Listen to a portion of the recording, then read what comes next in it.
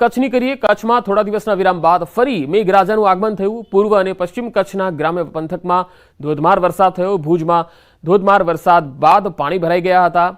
Bus station, Vaniyawad સહિતના વિસ્તારોમાં પાણી ભરાયા।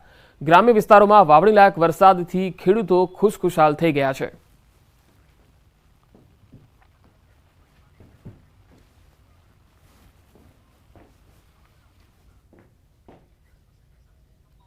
અને હવે વાત મુંબઈમાં મુશળધાર વરસાદની।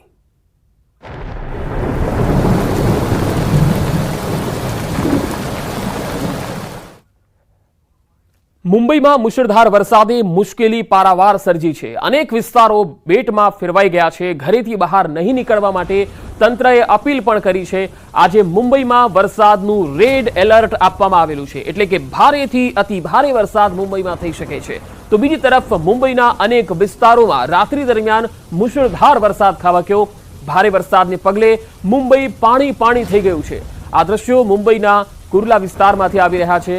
અહીં પણ પાણી ભરાઈ જવાના કારણે વાહન ચાલકોને ભારે હાલાકીનો સામનો કરવો પડ્યો। બે અલગ અલગ તસવીરો આપણે બતાવી રહ્યા છે। મુંબઈથી આવી રહી છે આ તસવીર। મુંબઈના અલગ અલગ વિસ્તારોમાં પાણી ભરાઈ ગયા છે, જેના કારણે જનજીવન ઠપ થઈ ગયું છે, તો વાહન ચાલકોને પણ અવર જવરમાં ભારે હાલાકી પડી રહી છે। તો મુંબઈના કિંગ સર્કલથી તસવીરો આવી રહી છે। કિંગ સર્કલ વિસ્તારમાં ભારે વરસાદ ખાબક્યો। મોડી રાત સુધી વરસાદે બેટિંગ કરતા પાણી ભરાઈ ગયા। દ્રશ્યોમાં જોઈ શકાય છે કે નીચાણવાળા વિસ્તારમાં પાણી ભરાઈ ગયા છે અને લોકોને અવરજવરમાં હાલાકીનો સામનો કરવો પડી રહ્યો છે।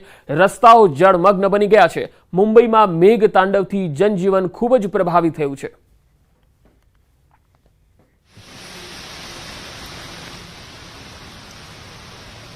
વાત ઉત્તરાખંડની। ઉત્તરાખંડના ઉધમસિંહ નગરના ખાતીમામાં ભારે વરસાદ નોંધાયો, જેના કારણે ચારે બાજુ પાણી ભરાઈ ગયા। આ તસવીરો જુઓ। બંને તસવીર અલગ અલગ વિસ્તારની છે, ઉત્તરાખંડથી જ આવી રહી છે।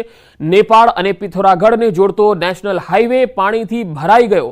ખાતીમાના ટોલ બૂથની આસપાસ નજીકમાં એવો પાણી ભરાયું કે ટોલ પ્લાઝા જ પાણીમાં ગરકાવ થઈ ગયો, જે પછી ટોલ પ્લાઝાનું કામકાજ બંધ કરવાનો વારો આવ્યો।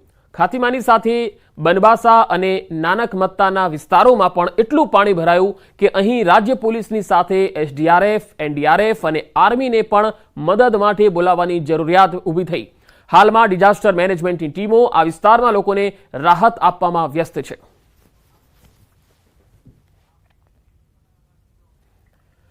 તો ઉત્તરાખંડમાં ભારે વરસાદને કારણે જનજીવન અહીંયા પણ ઠપ થયેલું છે। ઉત્તરાખંડના ઉધમસિંહ નગરમાં ધોધમાર વરસાદથી કેટલાક વિસ્તારો પાણીમાં ગરકાવ થઈ ગયા। રસ્તાઓ છે એ જળમગ્ન બન્યા છે, જેથી વાહન ચાલકોને ખૂબ જ હાલાકીનો સામનો કરવો પડી રહ્યો છે।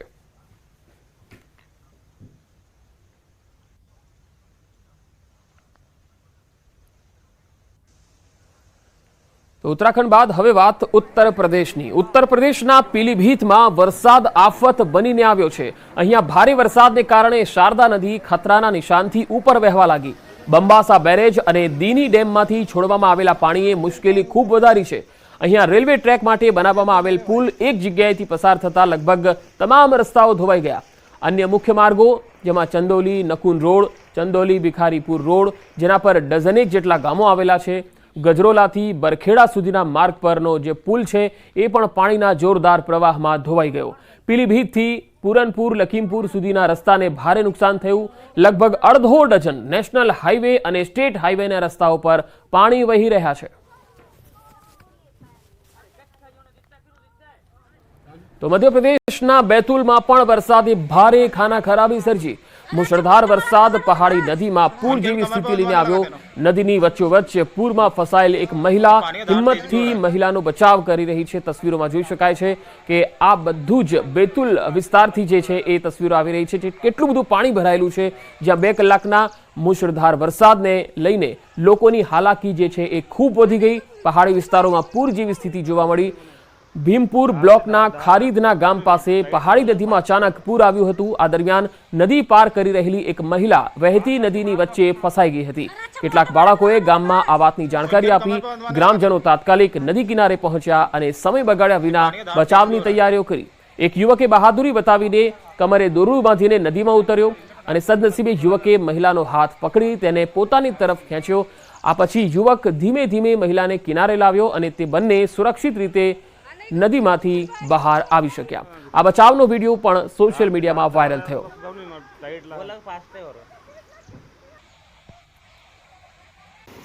તો મધ્યપ્રદેશમાં મેઘો અનરાધાર ગ્વાલિયરથી તસવીરો આવી રહી છે। ગ્વાલિયરમાં ગ્રામ્ય વિસ્તારોમાં ધોધમાર વરસાદથી નદીઓએ રૌદ્ર સ્વરૂપ ધારણ કરી લીધું છે। સ્થાનિકો નદીના ધસમસતા પ્રવાહમાંથી 50 જેટલી બકરીઓનું રેસ્ક્યુ કરી રહ્યા છે। તસવીરોમાં જોઈ શકાય છે પશુઓના રેસ્ક્યુનો આ વિડીયો સામે આવ્યો છે। લોકોએ માનવ સાંકળ રચી અને પશુઓને બચાવવાની કોશિશ કરી હતી। અહીં પાણીનું ધસમસતું વહેણ પણ જતું જોઈ શકાય છે।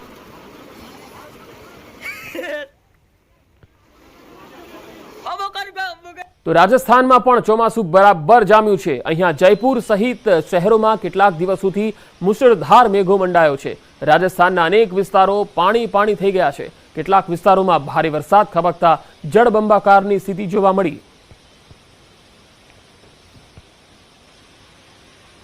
રાજસ્થાનની પિંક સિટી જયપુરથી આ તસવીરો આવી રહી છે, જ્યાં ધોધમાર વરસાદને પગલે નદી નાળા છલકાયા છે। ડેમોમાં પાણીની આવક થઈ રહી છે તો શહેરના મુખ્ય રસ્તાઓ છે એ પણ જળમગ્ન બન્યા છે, જેના પગલે નીચાણવાળા વિસ્તારોમાં પાણી ભરાતા વાહન ચાલકોની મુશ્કેલી વધી ગઈ છે।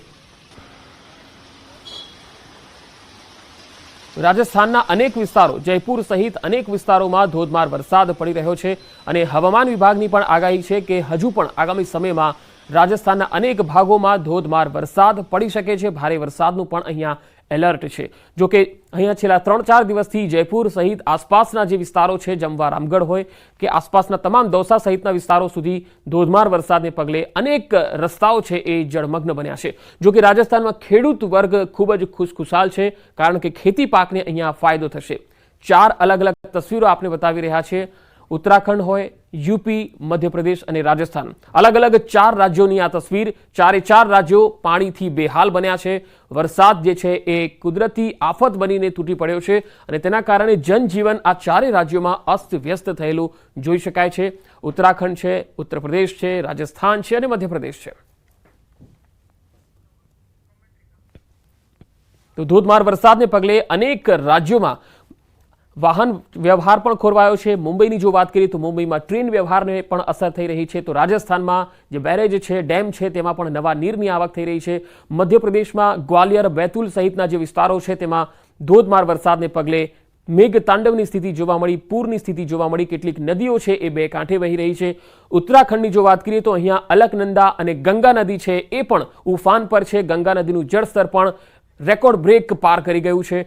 4 અલગ અલગ તસવીરો તમે જોઈ શકો છો કે ભારે વરસાદને પગલે આ 4 રાજ્યોમાં કેવી ખાનાખરાબી સર્જાઈ રહી છે। ઉત્તરાખંડમાં તમે તસવીરોમાં જોઈ શકાય છે રસ્તાઓ જળમગ્ન છે। તો ઉત્તર પ્રદેશમાં પણ હાઈવે છે, સ્ટેટ હાઈવે હોય કે નેશનલ હાઈવે હોય, લખીમપુર ખીરી સહિત અને ચંદોલી સહિતના વિસ્તારોમાં આ સ્થિતિ છે કે રસ્તાઓ જ જળમગ્ન બની ગયા છે।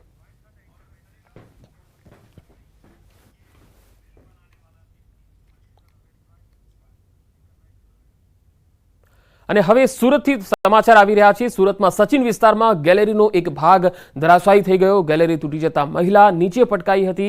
મહાનગરપાલિકાની ટીમ પાવર અને પાણી કાપ કરવા માટે પહોંચી હતી। મકાનના ગેલેરીમાંથી લોકો બહાર ઊભા હતા અને અચાનક ગેલેરીનો ભાગ ધરાશાયી થઈ ગયો। મનપાની કાર્યવાહી દરમિયાન આ દુર્ઘટના બની હતી। સુરતના સચિન વિસ્તારથી આ તસવીર આવી રહી છે।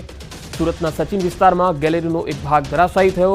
ગેલેરી તૂટતા એ મહિલા જે ગેલેરીમાં ઊભી હતી તે નીચે પટકાઈ હતી। જો કે આ સમયગાળા દરમિયાન મહાનગરપાલિકાની ટીમ પણ અહીંયા હતી, જે પાણી કાપ અને પાવર કાપ કરવા માટે પહોંચી હતી। મકાનના ગેલેરીમાંથી લોકો બહાર ઊભા હતા અને અચાનક આ ગેલેરીનો ભાગ ધરાશાયી થયો। મહિલા ઈજાગ્રસ્ત થઈ છે। મનપાની કામગીરી દરમિયાન આ બનાવ બન્યો। સુરતના સચિન વિસ્તારથી આવી રહી છે આ તસવીર।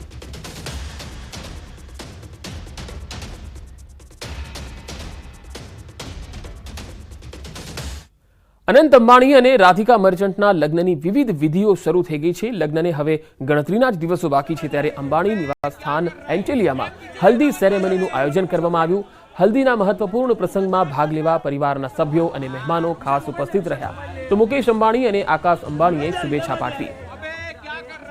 તો મુંબઈથી આવી રહી છે આ તસવીર, જેમાં અનંત અંબાણી અને રાધિકા મર્ચન્ટના લગ્નની વિવિધ વિધિ છે એ શરૂઆત થઈ ચૂકી છે।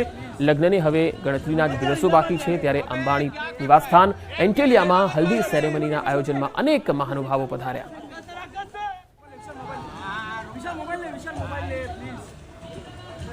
સમાચારોનો પ્રવાહ લગાતાર જારી રહેશે. હાલ રોકાઈશું એક વિરામ માટે.